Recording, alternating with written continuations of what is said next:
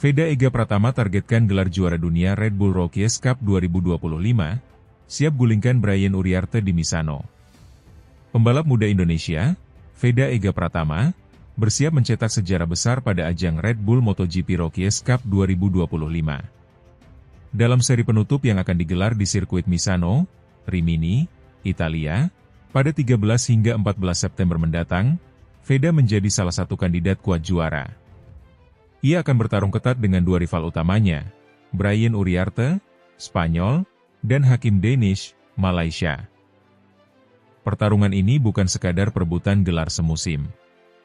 Bagi Veda, kemenangan di Misano akan membuka jalan lebar menuju panggung balap dunia yang lebih besar, Moto3 World Championship. Sirkuit Misano bukan tempat sembarangan. Trek sepanjang 4,2 km ini adalah rumah dari legenda hidup MotoGP, Valentino Rossi. Di tempat ini pula, para pembalap muda dari seluruh dunia akan mengakhiri musim panjang Red Bull Rookies Cup 2025 yang penuh drama, adu teknik, dan adrenalin tinggi.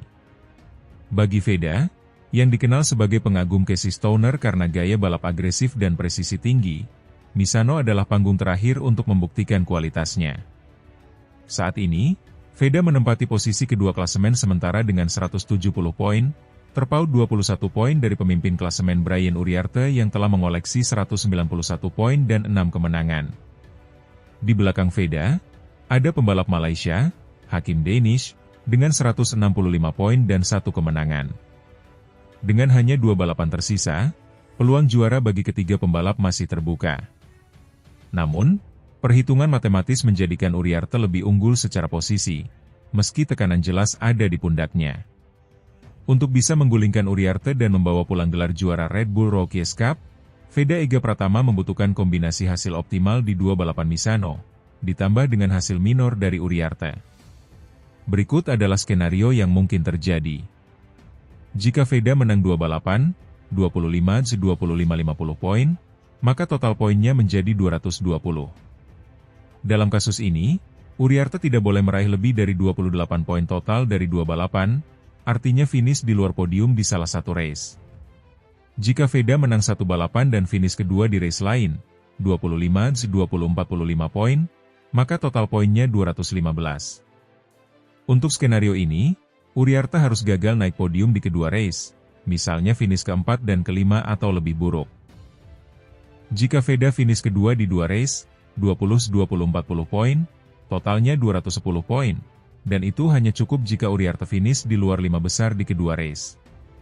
Singkatnya, Veda wajib tampil sempurna, sementara berharap Uriarte tergelincir. Namun dalam balapan, segalanya bisa terjadi, terutama di bawah tekanan seperti ini.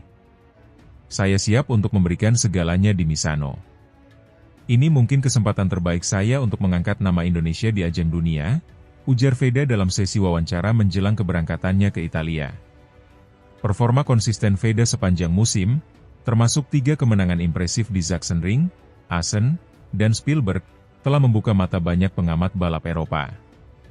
Tak sedikit tim Moto3 yang disebut telah membidik Veda untuk musim 2026, bahkan rumor mengatakan satu tim papan tengah Moto3 telah mengajukan proposal resmi. Dengan gelar juara di tangan, jalan Veda ke Moto3 nyaris dipastikan. Namun, bahkan tanpa gelar, penampilan luar biasa pembalap asal Gunung Kidul, Yogyakarta ini sudah cukup membuatnya dilirik sebagai prospek besar dari Asia Tenggara.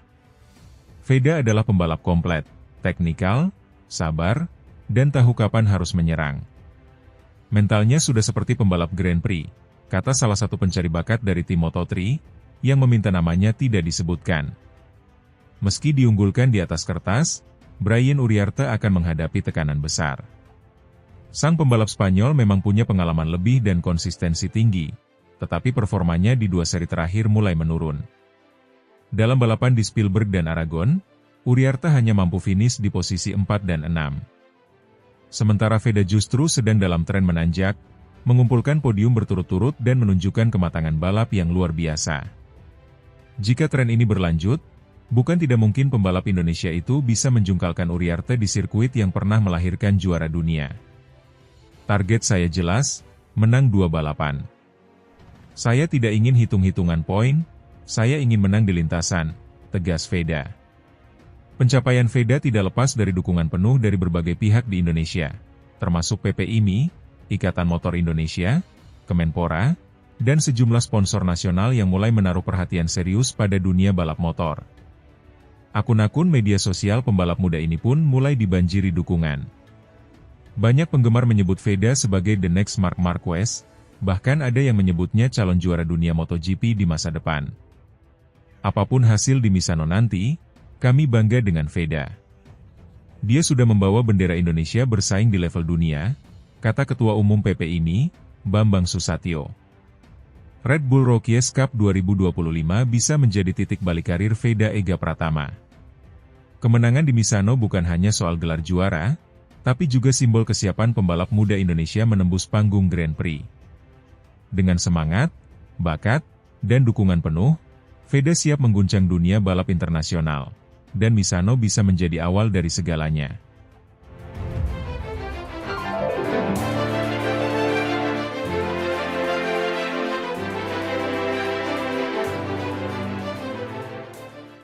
Peluang Veda Ega Pratama meraih gelar juara Red Bull Rookies Cup 2025.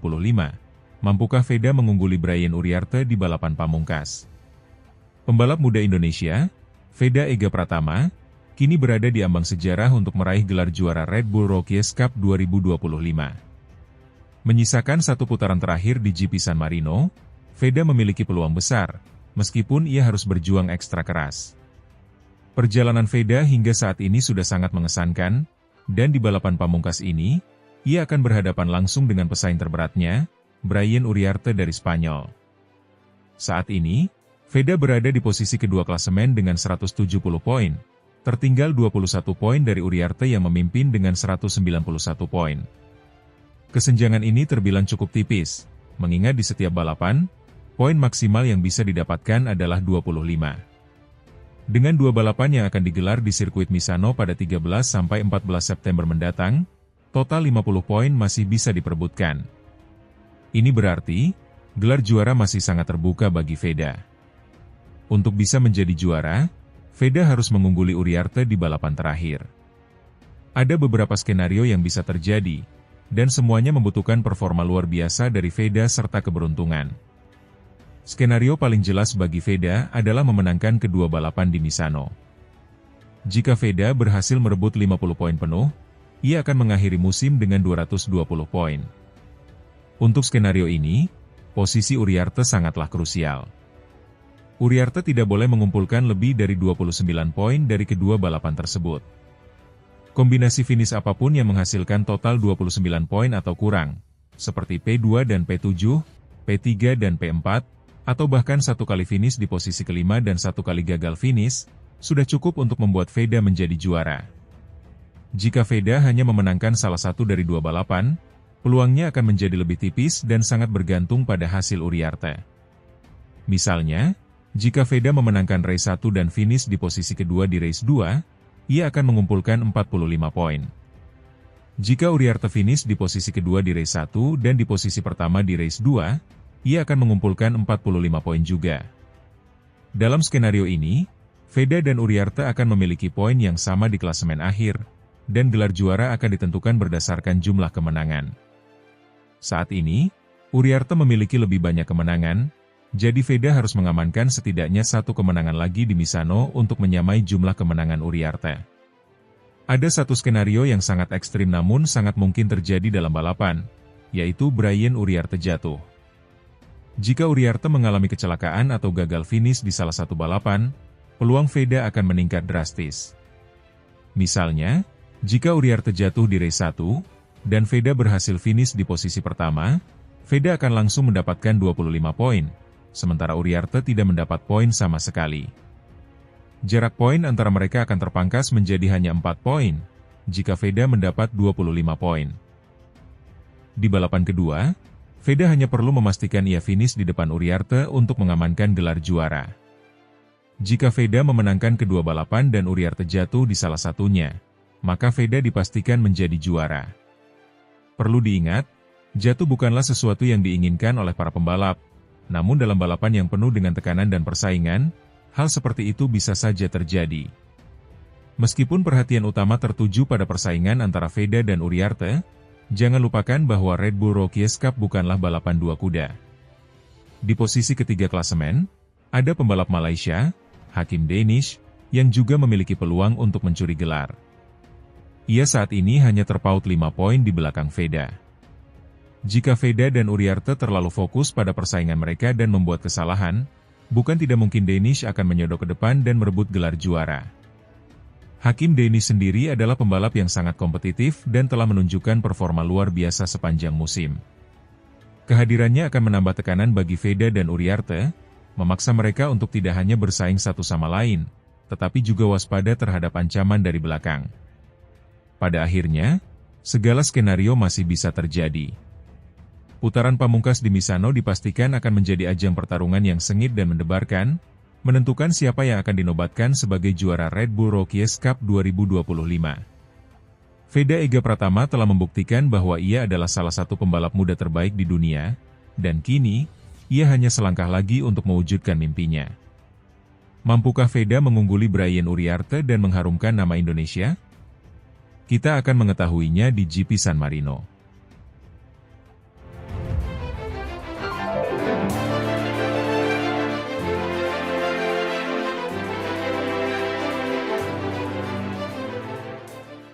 Bos KTM siapkan amunisi baru. Juara Red Bull Rookies Cup 2025 dijanjikan kursi Moto3 musim 2026. Veda Ega Pratama makin optimis rebut tahta dari Brian Uriarte. Musim balap 2025 mendekati klimaksnya, dan Red Bull Rookies Cup menjadi salah satu kompetisi yang paling menyita perhatian para pencinta balap motor dunia. Bukan hanya karena pertarungan sengit antara para pembalap muda yang bertalenta, tapi juga karena sebuah pengumuman mengejutkan dari pabrikan besar MotoGP, KTM. CEO KTM Motorsport, Pete Beirer, secara resmi mengumumkan bahwa siapapun pembalap yang keluar sebagai juara umum Red Bull Rookies Cup 2025 akan langsung mendapatkan kursi sebagai pembalap pabrikan KTM di kelas Moto3 pada musim 2026. Kebijakan ini disebut sebagai langkah strategis dalam regenerasi pembalap muda sekaligus menjamin pipeline talenta menuju level profesional tertinggi di MotoGP. Ini adalah bentuk komitmen kami terhadap pengembangan pembalap muda. Siapapun yang juara Red Bull Rookies Cup tahun ini, akan kami berikan tempat di tim pabrikan Moto3 kami untuk musim depan, ujar Pete Beirer dalam wawancara dengan media Eropa, akhir pekan lalu. Kami ingin memberikan jalur nyata dan cepat bagi mereka yang mampu menunjukkan potensi luar biasa. Kabar ini tentu menjadi angin segar bagi salah satu kandidat kuat juara musim ini, Veda Ega Pratama.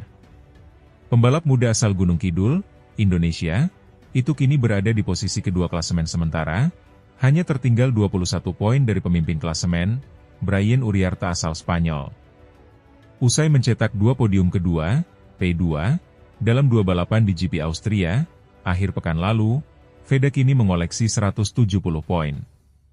Uriarte, yang tampil dominan dengan merebut 2 kemenangan di Red Bull Ring, kini memimpin dengan 191 poin. Dengan hanya satu seri tersisa, yaitu GP San Marino di sirkuit Misano pada 13-14 September mendatang, perebutan gelar juara masih sangat terbuka. Format 2 balapan dalam satu seri memberikan Veda peluang besar untuk membalikan keadaan dan meraih mahkota juara. Agar bisa merebut gelar juara, Veda harus tampil sempurna di 2 balapan terakhir dengan memenangi race 1 dan race 2 di Misano. Namun, itu saja tidak cukup. Ia juga harus berharap agar Uriarte tidak mengumpulkan lebih dari 29 poin dari 2 balapan tersebut. Dengan sistem poin Red Bull Rookies Cup yang mengacu pada aturan standar MotoGP, 25 poin untuk juara, 20 untuk posisi kedua, 16 untuk ketiga, dan seterusnya, maka ada beberapa kemungkinan yang bisa membuat Veda keluar sebagai juara.